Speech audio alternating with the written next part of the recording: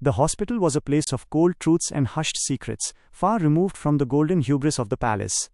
In the small hospital temple, Shreyas knelt before the golden idol of Lord Ganesha, the flickering oil lamp casting long, rhythmic shadows against the wall. His face was a map of sadness and exhaustion. As he rose to leave, a flash of white caught his eye, a small handwritten note tucked under the edge of the prayer bell. History repeats itself. The ink seemed to scream, "The pillars you build will always crush the lies you tell." Shreyas felt a chill that had nothing to do with the air conditioning.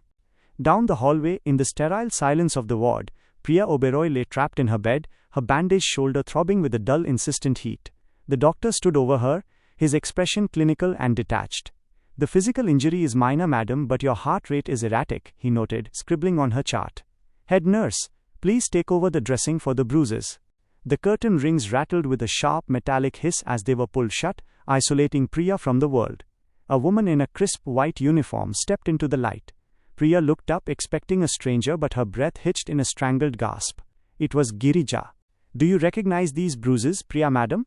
Girija whispered, her voice a cold sharp blade. She leaned in, her eyes hard and unyielding. "They look exactly like the ones Sija had when you revealed her secret. You see, karma doesn't forget a face or a wound." Priya tried to scream, but the sound died in her throat, strangled by her own terror. Girija reached out and tightened the bandage, a deliberate, painful pressure that made Priya's vision blur. While the devil lay helpless in the hospital, the wreckage of her palace was being picked clean. Nisha moved through the ruined hall like a scavenger, her eyes scanning the debris of the fallen pillars. She found the shattered remains of the mother and son portrait, and carefully laid the jagged pieces out like a morbid jigsaw puzzle.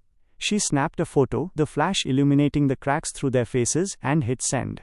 "The foundation has fallen, Nisha," Maya's voice echoed in a phantom voiceover as the image arrived on her phone. "Now, we wait for the walls to crumble."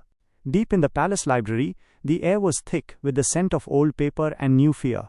Suraj sat across from Rakhi, the reconstructed invitation card, the one bearing the name Shravani Desai, lying between them like a live grenade. "Look at this, Rakhi," Suraj said, his voice low and dangerous. "Priya has been behaving like a hunted animal. She destroyed the whole stage today because of a name. This card, it isn't a mistake. It's a message." Rakhi stared at the name, her face draining of color until it matched the white card. "If this girl Shravani is who I think she is, then we are all in danger, Suraj," she whispered, her hands trembling. "Priya hasn't just hidden a secret. She has hidden a crime." Back in the hospital, the light from the corridor was blocked out as Girija leaned over the bed.